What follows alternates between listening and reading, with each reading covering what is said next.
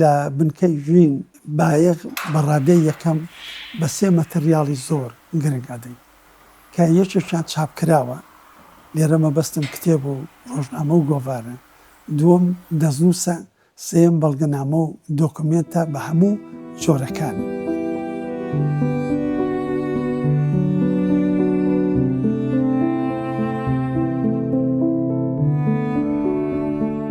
یەکەی دەستنووس یەکێکە لە یەکە سەرەکیەکانی بنکەی ژین. ئەم یەکەیە لە ساڵی 2009 دروست کراوە. لە سەرەتای دروستکردنیەوە تا ئێستا زیاد لە 1352 دەستنووسی ئۆرجیناڵ ڕەسەن با بڵێن ئەسلی تێدا ئەرشیف کراوە کە ئەم دەستنووسانە لە نێو زیاد لە 850 بەرگ مجەلەد دەستنووسان و جگە لە دەستنووسی ئەسلی با بڵێن کۆپی ڕەسەن، ئێمە دەستنووسی کۆپی کاغەزیشمان هەیە و دەستنووسی کۆپی ئەلکترۆنیش.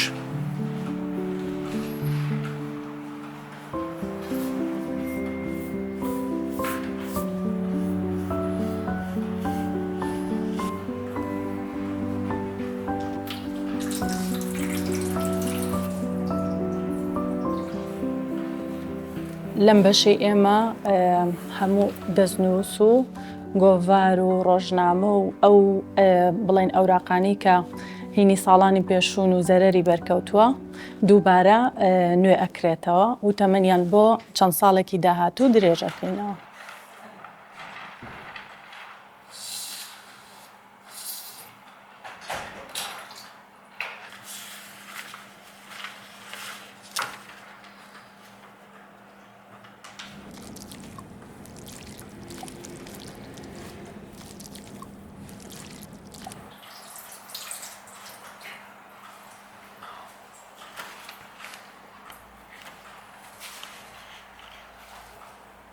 بنکەی بەڵگاندن و لێکۆڵینەوەی ژین لە شاری سلێمانی دەستگایەکی کولتوری ناحکومیە، بایە بە بژاردنەوەی کەلتوری مادی ڕۆشنبیری خەڵکی کوردستانەدات بە هەموو پێکاتە ئاینی و نەتەوەیی و مەسەبەکانی بەڕادەی یەکەم، هەروەها دراوسەکانی کوردستان لە ئێران و تورکیا و عێراق و سووریا.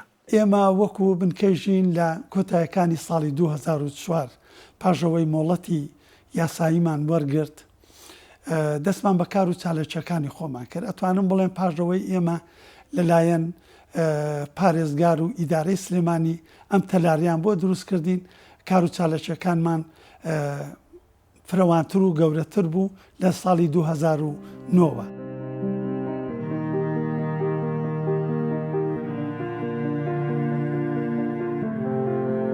کۆنتترین دەستنووسمان کە مێژۆکەی وازح بێ با بڵین ڕوون بێ و دەستنووسێکە کە لە ساڵی 1950 کۆچیان نووسراوەتەوە کە بەرامبەرە بە ساڵی 1453 میلادی زاینی کە سەدەی 15 زاینیەکە. کۆنتترین دەستنووسی ئێمە لەو ساڵان نووسراوەتەوە.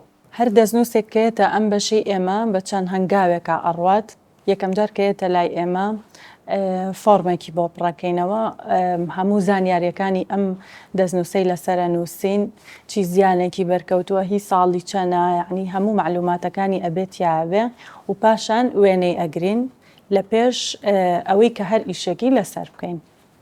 دوایەوە دەستەکەین بە هەنگاوەکانی داهاتوو، گەر پێویست بکات شۆردنی بۆکەین، زۆربەی کات پاکردنەوەی میکانیکی بۆکەین، پێویستی بە هەر کامێکیان بێ ئەوەی بۆکەین. پاشان دەستەکەینەوە بە چاکردنەوەی یەک بە یەکی پەڕەکانی یەک بە یەک چاکەکرێتەوە، دووباراکرێتەوە بە مەلزەما، گەر پارچەی زیادەی پێوە بێ لای ئەبین، هەموو شوێنە دراوی و پارچە فەوتاوەکانی بۆ زیا ئەەکەین بەبێ ئەوەی دەستکاری نووسینەکەی بکەین. لە دوای ئەوە دووبارە دەستەکەینەوە بە دووبارە دوورینەوەی دەستنووسەکە. هەموو بڵین مەرزەمەکانی دوورینەوانێ و پاشان شیرازەی بۆ دروستەکەینەوانێ و بەرگی بۆ ئەکەین بە پێستی سروشتی.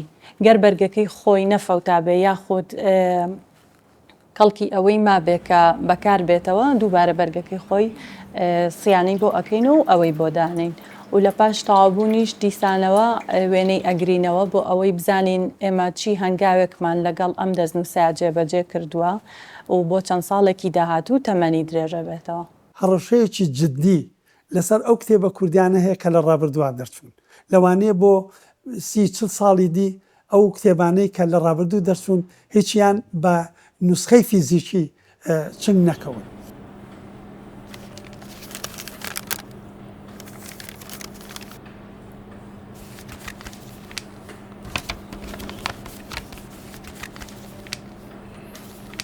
زۆربەی ئەم دەستنووسانە هیزانا و ناودار و نووسەران و خوێنەوارانی کوردن.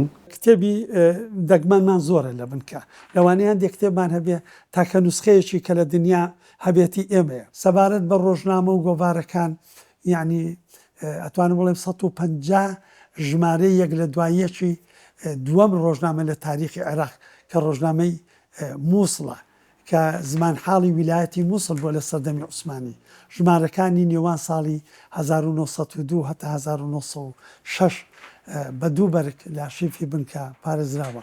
زۆربەی ئەو ڕۆژنامە و گۆڤارانەی کە لە بیستەکان دەرچوون، وەکو پێشکەوتنی سلێمانی، وەکو ڕۆژی کوردستان، وەکو بانجی کوردستان، وەکو ئومێدی ئیستیقلال کە زمان حاڵی سێم حکوومەتی شێخ مەحموود بووە لە سلێمانی ساڵی 1923، بانگی حەق، ژیانەوە، ژیان، زاری کرمانجی، ڕووناچی، ئەمانە لە بیستەکانی سەدەی ڕابردوو دیاری کوردستان دەرچوون. ئەمانە نوسخە ئۆریژناڵەکان هەمووی لە شێفی بنکە هەڵگیراون و پارێزراون.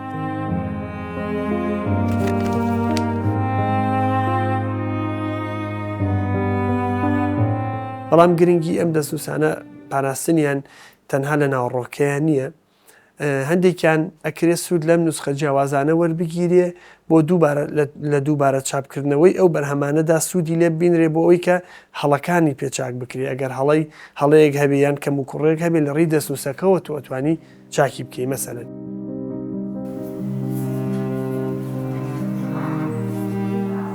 ئێستا لە ئەرشیفی بنکە بەشێکی تایبەتمان هەیە بۆ مێژووی زارەشی. ئێمە دەزانین ئەو زانیاریانەی کە ئێستا بە دەنگ و ڕنگ تۆماریان دەکەین لەسەر ئەو کەسایەتیانە کە لە ناو ڕووداوەکانە ژیاون، چ نرخێکی مێژووییان ئەبێ بۆ مێژوو نووسان لە ئایندەیە. هەندێک جار ئەو دەستنووس و بەڵگەنامە و شتانەی کە هێتە لای ئێمە ڕاستی لە حاڵەتێکی خراپان کە ڕوو لێ یاون پێویستیان بە تەعقیمە. ئێمە لێرە جیازی تایبەتمان هەیە کە بۆ ماوەی 2 هەفتەتیا دای ئەنین و هەموو ئەو زیندەوەر و کەڕۆشتەی کە لە ناویەتی لە ناوی ئەبات و پاکەکرێتەوە.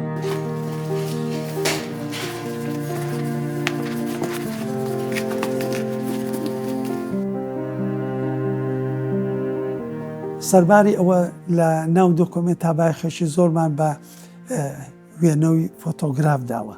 ئەتوانم بڵێم زیاد لە ملیۆنێک وێنەی فۆتۆگرافمان هەیە کە پۆلین کراون بە پێی کەسایەتەکان، بە پێی ڕووداوەکان، بە پێی شوێنە جوگرافیەکانیان، یا بە پێی پیشە و ئەو پیشانەی کە لە ڕابردووە هەنەوە کە ئێستاکە شوێر بوونەتەوە و یا نەماون یا بەرەو لە ناوچوونە چن.